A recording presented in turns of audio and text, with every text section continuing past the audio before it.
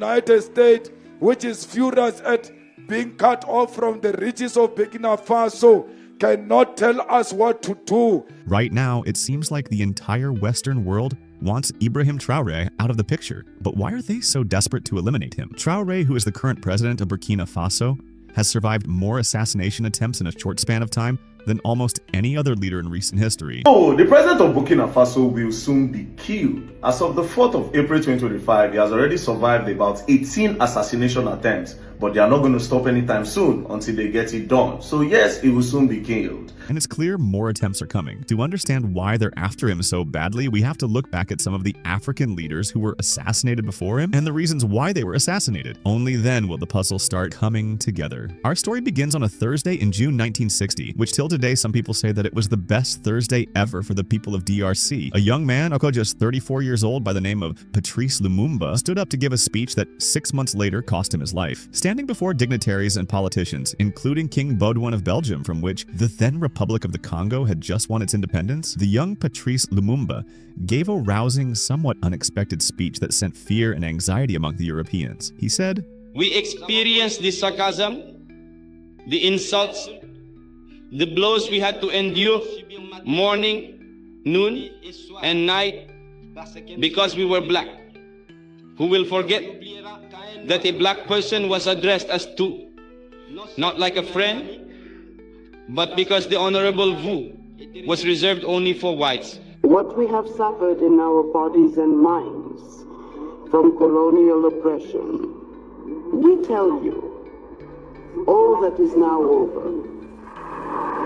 He said, "No Congolese worthy of the name will ever be able to forget that it was by fighting that our independence has been won. Slavery was imposed on us by force." He continued, while the King of Belgium looked on in shock. "We remember the blows that we had to submit to morning, noon, and night. With independence," Lumumba said, "the country's future was finally in the hands of its own people. We shall show the world what the black man can do when working in liberty, and we shall make the Congo the pride of Africa." That speech on its own was a major threat to European powers. They wanted an African leader who was a puppet, someone they could control, someone who would allow them to continue exploiting Africa's raw materials, just like during colonialism. But Patrice Lumumba wasn't one of those, and we'll get deeper into that in a minute. But just so you know how powerful Lumumba was, even Malcolm X once called him the most influential black man to ever walk the African continent. Now, things escalated when Patrice Lumumba turned to the Soviet Union, today's Russia, for help in conflicts happening in the mineral-rich region, a move that made European countries and the United States furious. And fast forward to January 17, 1961, just 6 months after taking power,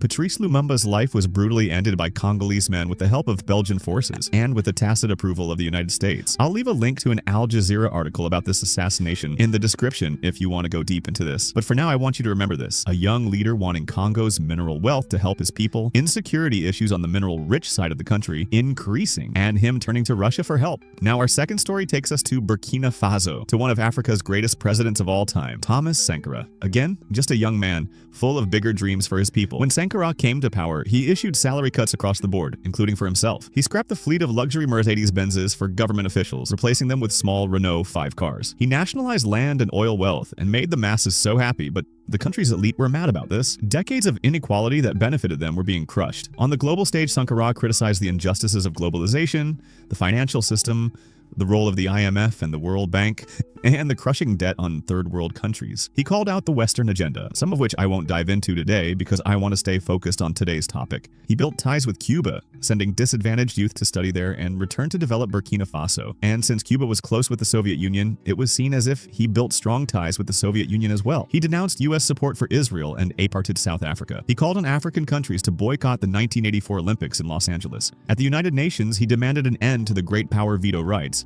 supported Palestine, Western Sahara, the Sandinistas, and the ANC. But Sankara was only 37 when, on October 15, 1987, he and 12 others were gunned down. According to testimonies, his assassination was orchestrated by former Liberian President Charles Taylor, with the support of the French and American governments, and executed by Sankara's former friend Blaise Compaoré, who would rule Burkina Faso for the next 27 years. Our next case study takes us to Libya. You all know what happened to Muammar Gaddafi.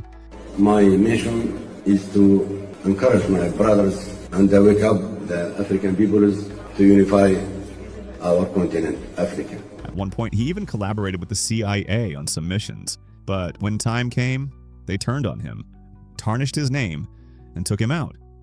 But what many don't tell you is how much Gaddafi had done for Libya. He built Africa's best housing and medical care system. He made sure the oil wealth benefited the people. Education was compulsory and totally free, and if you needed a course that wasn't available at home, the government paid for you to study abroad. Gaddafi also dreamed of uniting Africa into a strong, independent continent. But once again, that dream was too dangerous for the Western powers.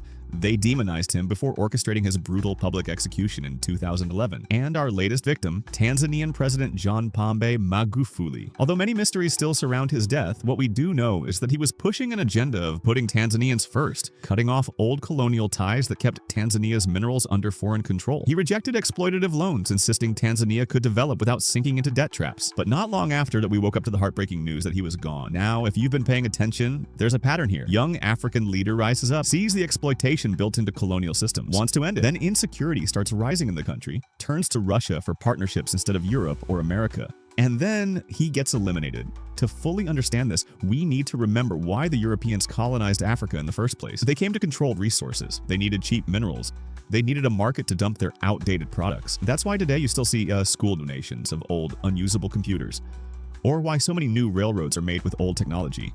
Refurbished trains bought secondhand from Europe. When Europeans left Africa officially, they made sure they left behind leaders they could control, leaders who would keep the colonial structures running. To this day, Africa still ships out raw materials cheaply, still gets flooded with secondhand goods, still stays under control. Meanwhile, countries like the United States and Australia with other countries that were also once colonies, once they did away with the colonial structures, rebuilt their countries on their own terms and came up with different codes that don't rely on their colonial masters. They ended up becoming world powers. Africa that still relies on the same system is still struggling.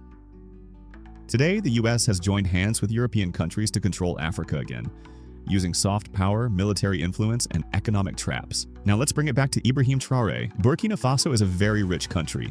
It's rich in minerals like gold, vanadium, nickel, phosphates, iron, manganese, and more. Minerals that are critical for today's electronics and booming EV market. It's the top 4 producer of gold in Africa, but despite that, Burkina Faso is far from the richest country on the continent. Because, just like the DRC, their resources were bleeding out to foreign companies while the local people suffered. When Traoré came to power, he started canceling big mining deals with European and American companies. He wanted contracts that benefit his people, because after all, the minerals are theirs. He's challenging old colonial agreements that tied Burkina Faso's wealth and even its currency to its former colonizers. He kicked out the French military, and he's working with neighboring countries like Mali and Niger to reduce US influence, even closing down one of America's biggest bases in the region. And yes, just like the others, these countries are now turning to Russia for military and economic support. If you've been following the case studies, this story follows the same exact script. A young visionary leader wants prosperity for his people, challenges colonial structures, wants minerals to serve his people, faces rising insecurity, and much of its sponsor turns to Russia. Then comes propaganda, and finally, the assassination. A lot of the insecurity you see is artificially sponsored by those who don't want him in power, used as an excuse to keep foreign soldiers in Africa and maintain mineral control. When it comes to why such African leaders turn to Russia, you have to know that unlike Western nations, Russia never colonized Africa. It supported anti-colonial movements, opposed apartheid, and engaged in mutually beneficial trade. The West fears losing control over Africa's resources, especially as the US seeks alternatives to Chinese mineral supplies.